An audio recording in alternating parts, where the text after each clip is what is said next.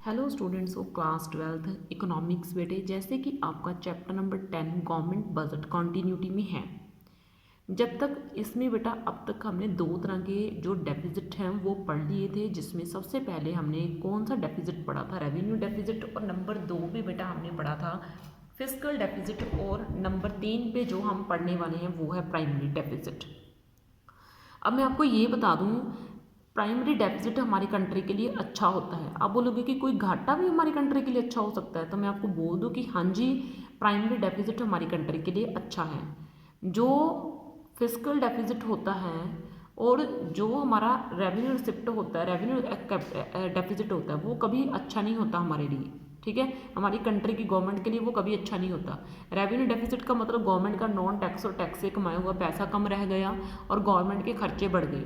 ठीक है ना, तो वो भी हमारे लिए अच्छा नहीं है। फिस्कल डेफिसिट भी अच्छा नहीं है, क्योंकि इससे गवर्नमेंट उधार लेगी, जितना डेफिसिट होगा उतना गवर्नमेंट उधार लेगी। अब प्राइमरी डेफिसिट अच्छा क्यों है भाई, अब हम समझते हैं। देखो, प्राइमरी डेफिसिट जो है वो क्या है, वो मैं आपको समझा दूँ। ठीक है, अगर अच्छे से पूरे के पूरे, ठीक है, अच्छे से मैं आपको समझाऊँ तो देखो बेटा, प्राइम फिस्कल डेफिसिट जो है वो क्या है, बोरिंग। ठीक है ना, इसमें से आप माइनस कर दो क्या, इंटरेस्ट पेमेंट, यानी कि जो आप ये ना नेट इंटरेस्ट पेमेंट, मैं इसको नाम दे रही हूँ नेट इंटरेस्ट पेमेंट, अगर आप ये माइनस कर दो तो आपका फिस्कल डेफिसिट हो जाएगा, आ जाएगा। अब ये फिस्कल डेफिसिट है क्या, सॉरी प्राइमरी डेफिसिट आ जाएगा। अब प्राइमरी डेफिसिट है क्या भाई, ठीक है, कि इसका मीनिंग ये है, मान लो कि अगर गवर्नमेंट ने 100 रुपये उधार लिए, ठीक है, फिस्कल डेफिसिट है ना, इसके फॉर्मूले में सबसे पहले यानी कि जो गवर्नमेंट ने उधार लिया, मान लो गवर्नमेंट ने उधार लिया 100 रुपये। अब इंटरेस्ट पेमेंट का मीनिंग क्या है, यानी कि गवर्नमेंट ने उससे पहले कोई उधार ले रखा होगा पीछे वाला। ठीक है ना, तो गवर्नमेंट ने मान लो पहले जो है 200 रुपये का उधार ले रखा है पहले, और उसके ऊपर इंटरेस्ट मान लो 30 रुपये बनता है। ठीक है ना, मान लो उसके ऊपर इंटरेस्ट क्या बनता है, 30 रुपये। तो वो इंटरेस्ट गवर्नमेंट कहाँ से पे करेगी, वो गवर्नमेंट जो नया लोन लिया है, गवर्नमेंट ने जो नया लोन लिया है उसमें से 30 रुपये पे करेगी। तो गवर्नमेंट के पास कितने पैसे बचे अब, 70 रुपीज़। इसका मीन्स ये 70 रुपीज़ अब क्या आ गई, ये 70 रुपीज़ गवर्नमेंट के लिए अपनी कंट्री के डेवलपमेंट के लिए बचे हैं। कि गवर्नमेंट जितना उधार लेगी उसमें से गवर्नमेंट जो पुराना लोन ले रखा है उसके क्या कर देगी, पेमेंट कर देगी उसके इंटरेस्ट की। तो गवर्नमेंट के पास जो पैसा बच जाएगा, ये गवर्नमेंट का पैसा अपनी कंट्री के डेवलपमेंट के लिए बचा है। ठीक है, अब देखो भाई, अब इसका नुकसान क्या होगा कि अगर प्राइमरी डेफिसिट, कई बच्चों को प्रॉब्लम होती है कि मैम प्राइमरी डेफिसिट कम होना चाहिए या प्राइमरी डेफिसिट ज़्यादा होना चाहिए। तो मैं आपको ये बोल दूं कि प्राइमरी डेफिसिट जितना ज़्यादा होगा उतना गवर्नमेंट के लिए अच्छा है, क्योंकि अगर देखो ये 80 होगा, ये 90 होगा, तो इसका मीनिंग क्या है कि हमारी कंट्री की डेवलपमेंट के लिए उतना ही ज़्यादा पैसा बचेगा। जितना ज़्यादा ये कम होगा, इसका मीनिंग हमारी कंट्री के ऊपर उतना ही ज़्यादा बर्डन है। अब ये देखो कैसे बर्डन है भाई, मान लो कि गवर्नमेंट ने 100 रुपये जो है लोन के रूप में अब ले रखे हैं, अब 100 रुपये लोन ले रखा है। अगर गवर्नमेंट के मान लो पिछले इतने ज़्यादा उधार चल रहा है, इतना ज़्यादा उधार चल रहा है कि उसके ऊपर पूरा 100 रुपीज़ का क्या कर बन रहा है, रेट ऑफ इंटरेस्ट बन रहा है। इसका मीनिंग गवर्नमेंट ने जो नया लोन लिया उससे वो सारे के सारे पिछले लोन के इंटरेस्ट पेमेंट जो है वो दे देगी। इसका मीनिंग गवर्नमेंट के पास अब 0 रुपये बचे हमारी कंट्री की किस चीज़ के लिए, डेवलपमेंट के लिए। समझो इस चीज़ को, मैं ये बता रही हूँ कि ये प्राइमरी डेफिसिट जितना ज़्यादा होगा हमारी कंट्री के लिए उतना ही अच्छा होगा। और इसमें से हम ये जो इंटरेस्ट माइनस करते हैं, ये जो गवर्नमेंट ने पहले लोन ले रखे हैं उनका इंटरेस्ट हमें माइनस करना होता है, उसकी पेमेंट गवर्नमेंट एक नए लोन से करती है। अब देखो, हमारी कंट्री के जितना ज़्यादा ये चीज़ माइनस होगी, इसका मतलब हमारी कंट्री के ऊपर लोन उतना ही ज़्यादा है। ठीक है ना, उतने ज़्यादा पीछे लोन ले रखे हैं, इसका मतलब गवर्नमेंट हर एक लोन, हर एक प्रोग्रेस करने के लिए लोन ही लेती है, और उसकी पेमेंट इतनी ज़्यादा हो जाती है, उसकी इंटरेस्ट पेमेंट, कि अगर हम नया लोन लेते हैं तो उसको सारे का सारा पैसा इंटरेस्ट पेमेंट में चला जाता है। ठीक है ना, और हमारी कंट्री की प्रोग्रेस के लिए कुछ भी नहीं बचता। ठीक है ना, तो इसलिए जितना ज़्यादा प्राइमरी डेफिसिट होगा, इसका मतलब हमारी कंट्री की डेवलपमेंट उतनी ज़्यादा होगी, जितना ज़्यादा ये कम होगा, इसका मतलब हमारी कंट्री की डेवलपमेंट उतनी ही ज़्यादा कम होगी। ठीक है ना, और इससे ये पता चल जाएगा जितना प्राइमरी डेफिसिट ज़्यादा होगा, इससे ये पता चल जाएगा कि गवर्नमेंट ने पास्ट में जो लोन ले रखे हैं वो काफ़ी कम है, ठीक है, और उसके इंटरेस्ट पेमेंट भी कम बनती है। लेकिन अगर जितना प्राइमरी डेफिसिट कम होगा, इसका मीनिंग क्या है कि गवर्नमेंट ने लोन ज़्यादा ले रखे हैं और उसकी इंटरेस्ट पेमेंट काफ़ी ज़्यादा बन रही है और गवर्नमेंट को एक नए लोन से सारी की सारी इंटरेस्ट पेमेंट पे करनी पड़ रही है, ठीक है। तो हम इसकी तरफ बढ़ते हैं। तो देखो बेटा, वैसे तो मैंने आपको समझाने के लिए सारे समझा दिया। तो देखो बेटा, प्राइमरी डेफिसिट जो है इज द डिफरेंस, ये माइनस होता है फिजिकल डेफिसिट यानी कि बोरिंग में से अगर हम इंटरेस्ट पेमेंट माइनस कर दें, यानी कि जो गवर्नमेंट नया कर्जा ले रही है उसमें से जो पुराने कर्जे के ऊपर देने वाला लोन है, इंटरेस्ट पेमेंट है, वो अगर हम माइनस कर दें तो प्राइमरी डेफिसिट आ जाएगा।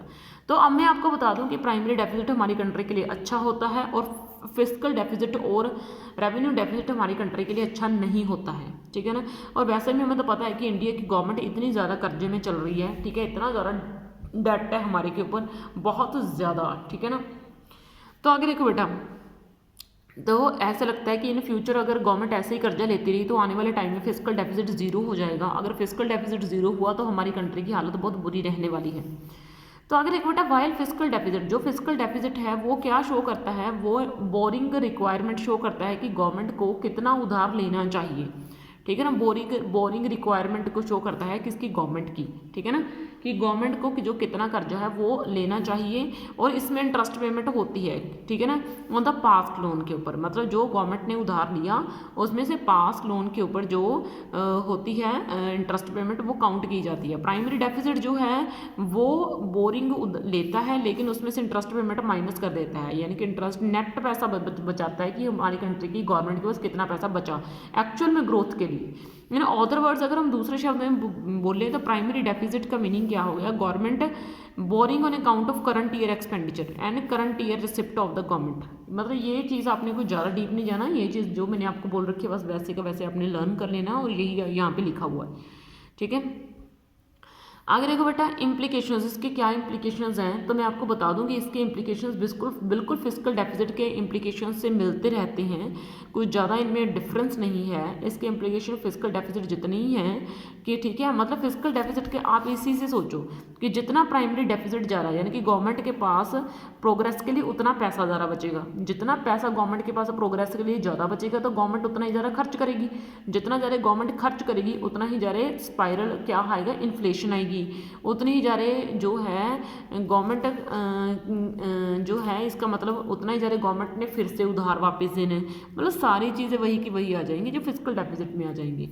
तो देखो बेटा, इम्प्लीकेशंस जो हैं उसने बोला भी है कि जो प्राइमरी डेफिसिट के इम्प्लीकेशंस हैं जो फिजिकल डेफिसिट के मैच खाते हैं। The only difference is that, इसमें डिफरेंस सिर्फ यही है कि जो प्राइमरी डेफिसिट है does not carry the load of interest payment, इसमें इंटरेस्ट पेमेंट नहीं होती हैं प्राइमरी डेफिसिट में पास्ट लोन के ऊपर, क्योंकि वो हम ऑलरेडी माइनस करते हैं, ठीक है। लेकिन फिजिकल डेफिसिट में ये चीज़ होती है, उसमें हम पहले ये चीज़ माइनस नहीं करते हैं। तो ये बेटा प्राइमरी डेफिसिट है। तो इसके साथ ही मैंने आपको 3 तरीके के जो डेफिसिट है वो आपको करवा दिए हैं। मुझे नहीं लगता कि अब आपको इन चीज़ों को समझाने की ज़रूरत पड़नी चाहिए, लेकिन फिर भी मैं एक बार आपको समझा देती हूँ हल्का हल्का सा। रेवेन्यू डेफिसिट, तो जो रेवेन्यू डेफिसिट है यहाँ पे रेवेन्यू एक्सपेंडिचर ज़्यादा हो जाता है भाई रेवेन्यू रिसिप्ट से, ठीक है। तो रेवेन्यू डेफिसिट हम कैसे निकाल सकते हैं, रेवेन्यू एक्सपेंडिचर में से आप रेवेन्यू रिसिप्ट माइनस कर दीजिए। फिजिकल डेफिसिट का मीनिंग क्या है, टोटल जो खर्चे हैं गवर्नमेंट के वो टोटल रिसिप्ट से ज़्यादा हो जाते हैं, लेकिन इसमें आप उधार नहीं ले सकते, ठीक है ना, उधार काउंट नहीं कर सकते, ठीक है। तो क्योंकि फिजिकल डेफिसिट तो होता ही उधार के इक्वल है, ठीक है ना, तो इसलिए हम इसमें उधार काउंट नहीं करेंगे, ठीक है। तो ऐसे निकल जाता है। और प्राइमरी डेफिसिट को मैंने अभी आपको समझाया है।